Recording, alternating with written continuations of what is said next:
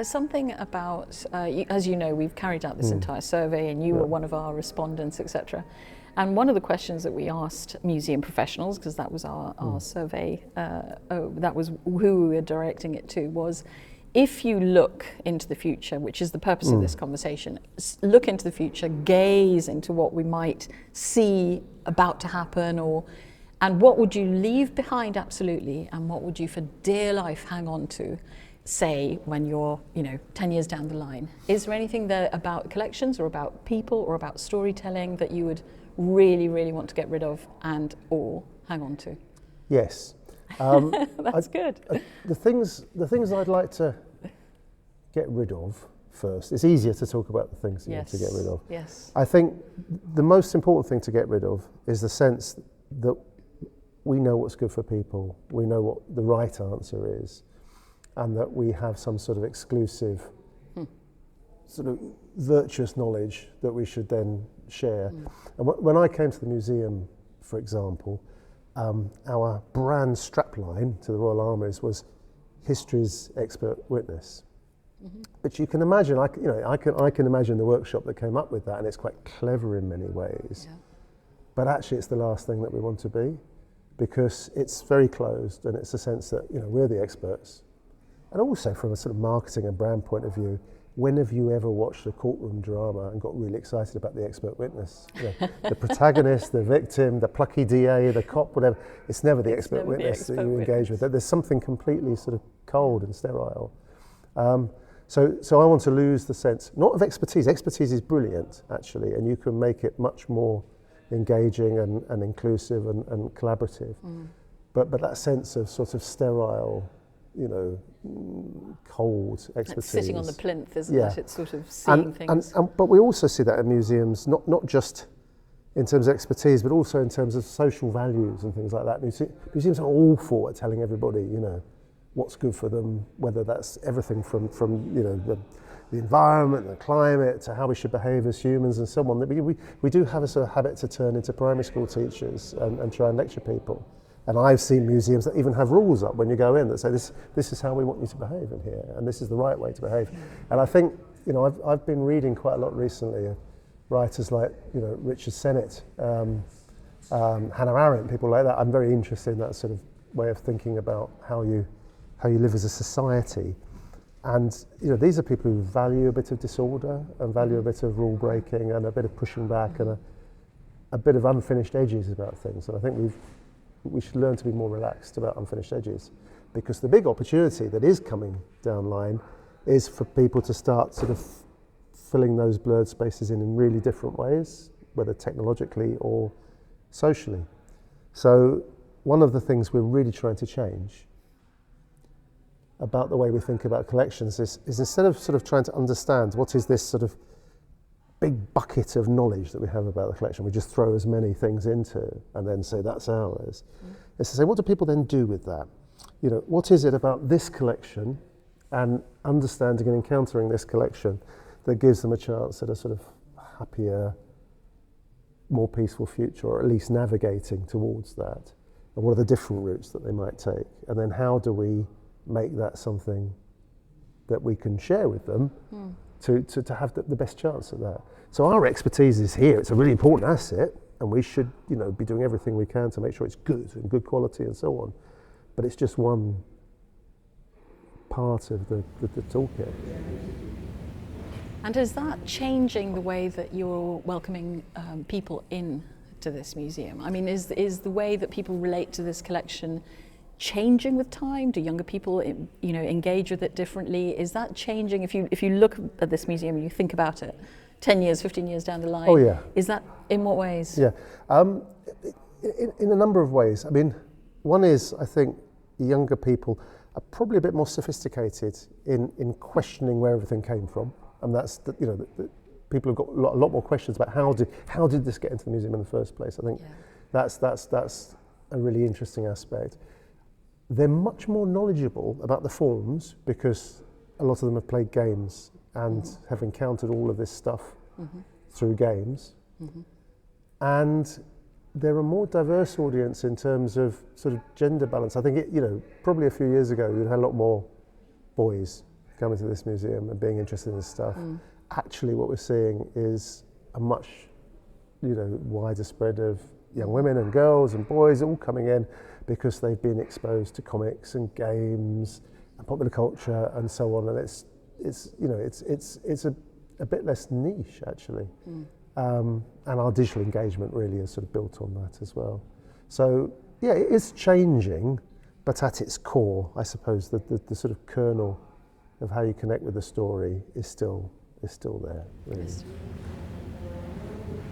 And do you think people are comfortable, because you're talking about very strong black and white, when you say the word morality and moral position and the ethics, it's always, the good and the bad, it's Darth Vader, and it's the big things about good and evil, but you're also saying we're not prescriptive. We don't want to be prescriptive about how you interpret these collections or how you interpret these stories. So where does that put where's the moral position of the museum? There's a really interesting tension there for museums, isn't it? Because museums, especially museums in the West and in sort of countries like the UK, we're terrified often at offering any kind of opinion about things like good and evil. Actually, that's seen as really quite sort of problematic. But we'll offer all sorts of questions about things being right and wrong. Whereas actually, I think I'd like to sort of flip it. I think there's nothing wrong with having, quite strong feelings about good and bad and good and evil. And we all have slightly different ones. People come from different philosophical traditions, different religious traditions, different social traditions, and so on. But actually, what we never really agree on is the sort of right or wrong way to get to those things. Yes. And that's where the problem often occurs. And that's where things like, the culture wars have really bogged people down in these sort of ridiculous, polarized, horrible arguments about what's, the right way to do it and the wrong way to do it. And actually, I think that's the trap. I think, we start with discussions of good and bad, and that's good. But we acknowledge that there isn't a right or wrong way to get there. It's a shared journey, and we do it through sort of supporting the ability to be different, the ability to have the conversation. And I think that's exciting. That's an exciting thing about museums, because they can become a convening space for that conversation, because it's not happening in the media very easily. It's not happening in academic spheres very easily. It's not happening in publishing very easily. People are sort of getting terrified of being seen to do something which isn't right. Whereas museums sort of can be a little bit bolder in a way. They can become whatever whatever the people who will be running them in 20 years' time decide they will become. But it is that space, that social space, that forum of idea and debate in a safe environment that you can express your. There's something that emerged from the survey which says that somebody said, you have to be brave to be different. There's a sort of responsibility that comes onto museums about taking that space and saying, not we know what's right and what's wrong, not so much that, but this is a space where we are brave enough, we are bold enough to be different, to allow that diversity to come forward and to be engaged in a conversation that you don't know where it might end. In a way, that you're mediating that, but the people are bringing their own ideas, their own perspective, and what happens to that content. That's really interesting.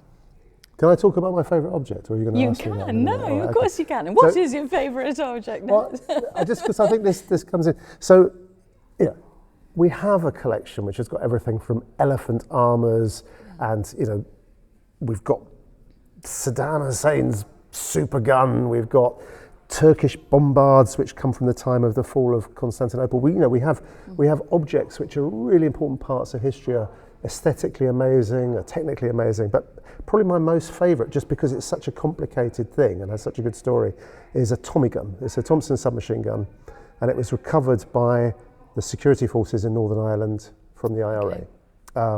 And it, after being used in evidence, it came to us. Like a lot of weapons that were, used by the paramilitaries in Northern Ireland, it had all of its serial numbers filed off. But when we were checking the object, condition checking it when it came into the collection, our conservators found a number they'd missed under the buttstock plate.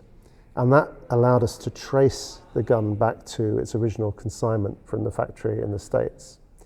And we found that it actually was one of the very, very first Thompson guns that came off the assembly line. Now, the Thompson had been developed to be used in the trenches in the First World War as an answer to the Germans' submachine gun that they developed. But the war finished before it went into production. One of the financiers of the factory was a member of something called Clan na Gael, which was an Irish-American Republican organisation. He said, I know some people in Ireland who might really want to use this. So one was taken over, it was shown to the leaders of the IRA at the time. At first, none of them wanted to touch it, they were terrified of this thing. Eventually, I can't remember who, Michael Collins or somebody picked it up, used it and said, no, this will work. This is incredibly powerful, let's get some. And an Irish freighter was set up to smuggle this consignment of guns from New York across to Ireland, disguised as agricultural machinery or whatever. And a very young deputy director of the Bureau of Investigation at the time, before it was the FBI, J. Edgar Hoover, interdicted the consignment, seized it, and tried to prosecute the smugglers. Because of the Irish-American lobby and so on, there was a big case. It was all sort of thrashed out in the courts, and it was decided that actually this was a legal export, and so the guns did make it all the over way to Ireland. They were used, this gun, in that consignment, alongside others, were used against the British initially, and then in the Civil War, and then this particular one stayed on the Republican side, went through the border campaign after the Second World War, and then was used in the troubles which happened in the sort of latter part of the 20th century around Derry. And it was recovered eventually. And that's incredible. If you think about, the FBI, the First World War, the story there. But it doesn't stop, actually. It doesn't stop, because latterly, as part of the inquiry into Bloody Sunday, the gun was used as evidence to determine whether it would have been possible for gun, because there was a claim made by the soldiers who were involved in Bloody Sunday that they thought they'd heard gunfire, and they were, afraid for their lives and had shot, in that situation, and to try and establish whether the gunfire could have been heard over the noise of the crowd and demonstration and so on. This gun was taken out whilst it was still in our collection and fired against recordings of crowd noise and helicopters and things like that to try and create evidence that could then be considered by the inquiry. Now, how do you tell that story? Yes. It started in the trenches of the First World War with the idea, through various wars of national liberation, civil wars, uprisings and so on, and then finally the peace building that happened, trying to find closure and resolution to one of the most awful things that happened. In that, it jumps in terms of morality into all sorts of contested spaces about what's right and wrong. Yes. How can you tell that story without engaging really deeply with lots of really different points of view, quite polarized points of view? Yeah. And what would a museum do in that situation? Now we can back away from it and say, we're just the technical experts. All we can tell you about is how the mechanism works and how the gas returns, and that's it. Or we can say, okay, can we be a space where we start to learn to bring these stories together? Yes. There's a sense that object is defined and physically in space, it takes its own space, but what it actually means or signifies is way beyond that physical object. Yeah.